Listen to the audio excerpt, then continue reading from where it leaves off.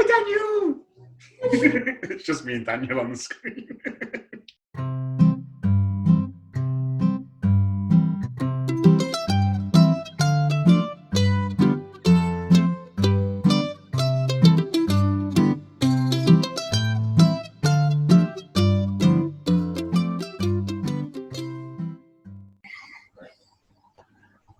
Hello. Hello. Hello. How's it going? I don't have enough ingredients. What you got? 100 grams of flour. That's annoying. Have you got any other flour? No. I've not got anything. I'm just very good. Phone Carol quickly and see if she's got any. I've just been to Calaba's. Carol. Have... Phone Carol. She don't have any. I've just been down. Bugger it. Oh, can't you do it, Chloe? No, I've only got 100 grams of flour. Not a co-op. I'm not going and mucking my car up. I've just run to Calaba's. You could have run walked. to Carol's. So you could do a miniature amount. Yeah, you could do miniature croissants. I thought that. But then I realised I haven't got any yeast. You are useless. You're useless. You are useless. I divided everything up because I thought, oh, I'll just do it with 100 grams. But no, I don't even have any yeast. We're starting today on Bucks Fizz. Yes. Oh, very nice. Oh, Becky is. I'm not much of a Prosecco girl. Yeah, you could be a Prosecco girl if you want to be. I don't want to be. Do we put the flour in the mixer? So in your mixing bowl, you want your 500 grams of flour. If you don't. 500 grams of bread flour. Make sure it's bread flour into your mixing bowl. Okay, so on your bread, on opposite sides of the bowl away from each other, we need 10 grams of salt on one side and 10 grams of yeast on the other side. Just so they're not touching. So now add to the bowl 80 grams, 80, of caster sugar. And then after that, we're going to add our 300 mils of warm water. Is it warm water? No, cool. It says to use cool water. Is that just cold or is it cooled water? I think room temperature. How's the yeast going to work? Exactly. I think it wants to be about the same as bread, where it's a little bit warm. Yeah, let's do that. Same as bread. Let's go a little bit warm. 300 mils. Yeah, go with slightly warm.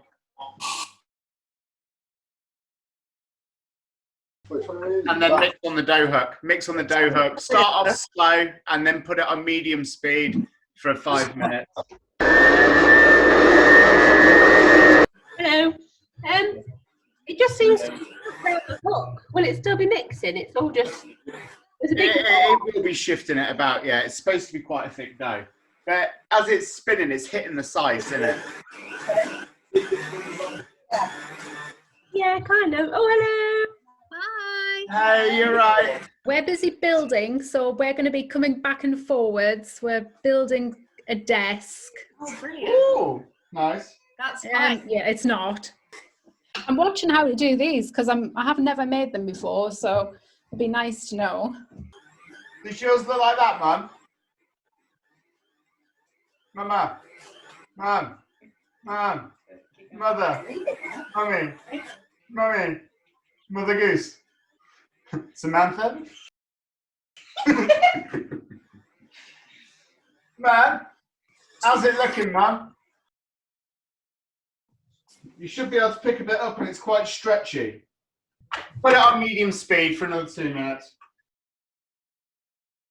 Okay, so we're just going to scrape it off the dough hook, roughly shape it into a ball and put it in a sandwich bag. And then we're just going to put that in the fridge for half an hour. Right, so now you need to weigh out 300 grams of butter. Becky cut a pack of butter to add some to the other packet, and she did 50 grams exactly first slice. it's always nice when that happens. And I deserve a drink for that. So Yes. Orange juice, Becky. yes, it's just orange juice. Yes. So, see, Becky's just marking on a greaseproof 20 by 20 centimetre square. And then what we're going to do is put the butter on, fold the greaseproof over, and roll the butter out until it's a 20 centimetre square. Does that make sense? So how big is the greaseproof? As big as you need. Your square needs to be 20 centimetres by 20 centimetres. Okay, right, I get the idea, yeah. You're probably best off for a start slicing your butter into a few slices to pretty much get your square all ready. One good technique is to just bang it with the rolling pin.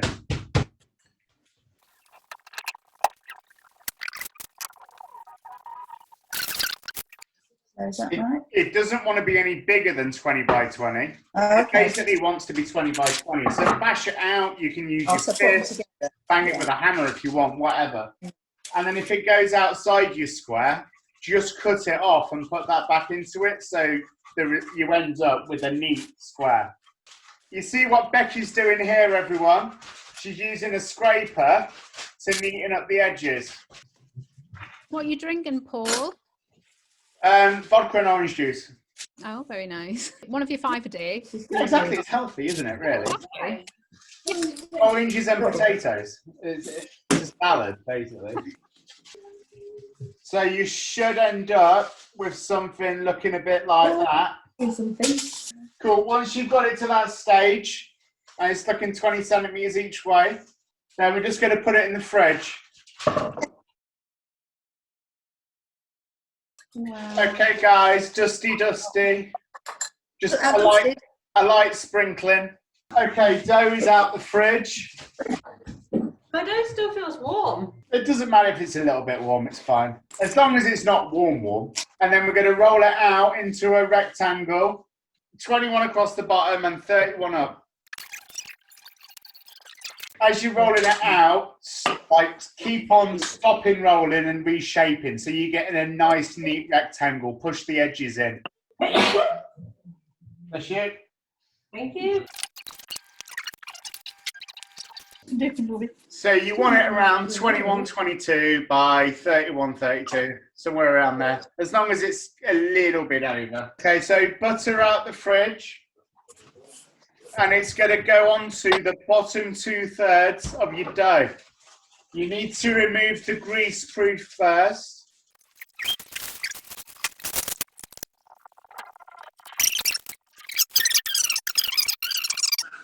So it should look like that.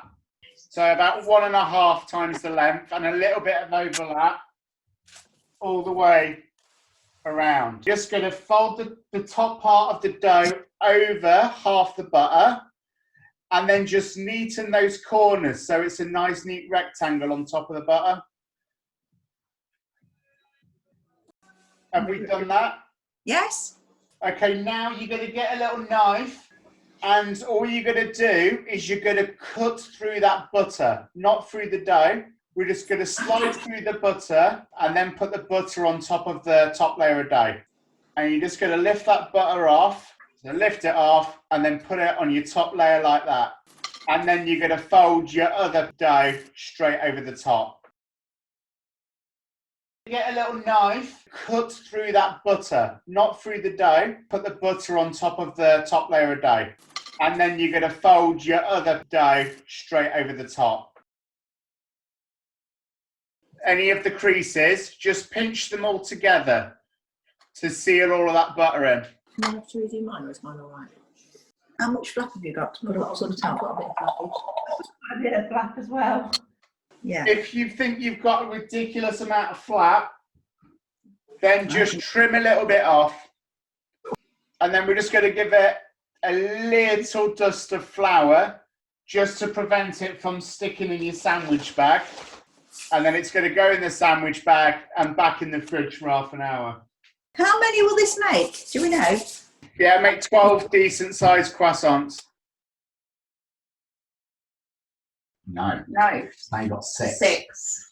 on top of 6. Mhm. So 12, On top again. 18. Yeah. That's amazing. And then again, Okay. because then we're going to do it again. We'll get 18. 18. And then So we'll the go one after 30. that is 3 times 18. It's 54. It's going to be a fucking tasty croissant. And if you did it another time, Times 3, 162. 62, which is just ridiculous. So again, lightly floured surface. Get your dough, put it out lengthways, and then we're just going to roll it again into a neat rectangle, the same size as before. It doesn't have to be exact. It doesn't need to be 21 by 31. Make sure it's nice and even, and that you get in nice corners. You want to keep your rectangular shape.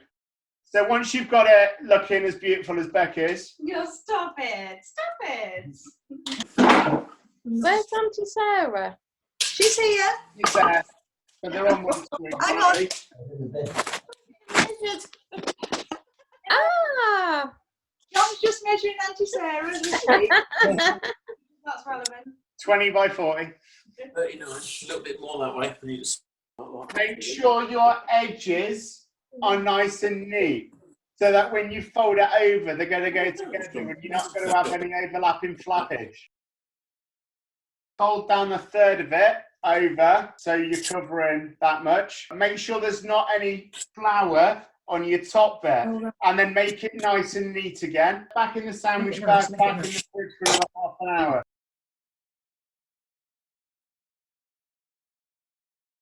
Do we need the bags again or not?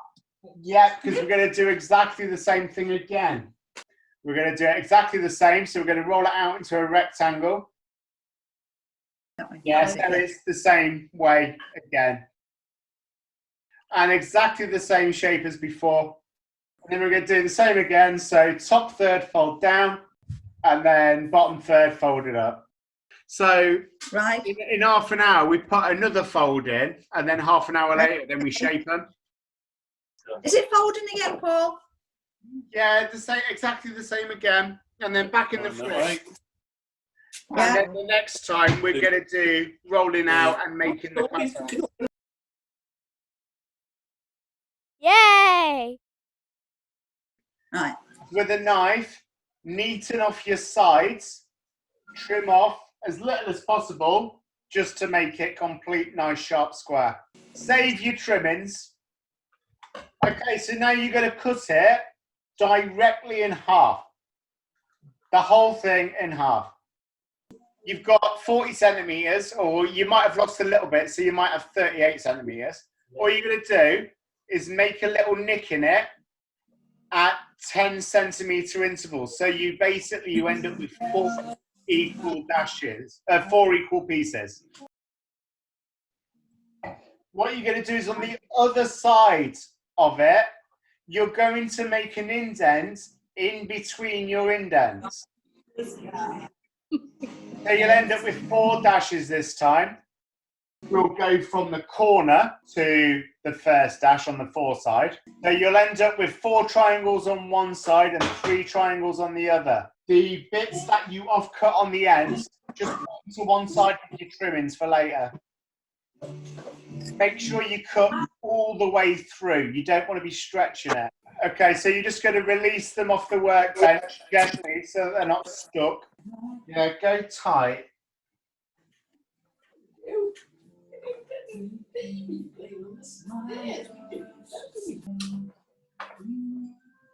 Do you tuck the little end underneath?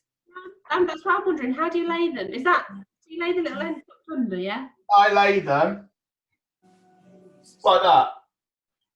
See how that's got like 5 parts to it, the top and then 2 either side. If you're not quite getting that, you can roll them just a little bit tighter. What do we do with these oddments?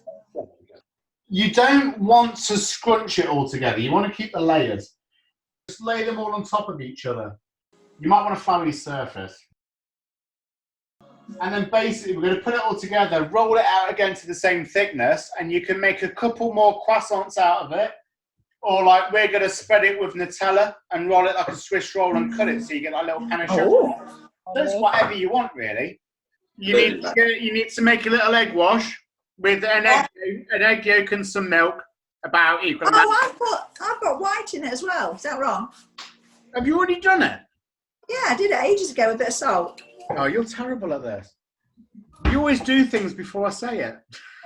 No, egg white's fine. It doesn't matter. And then just gently brush all of them to get a really thin layer on. You brush them once now, cling film and then proof for an hour, and then you brush them again just before they go in the oven.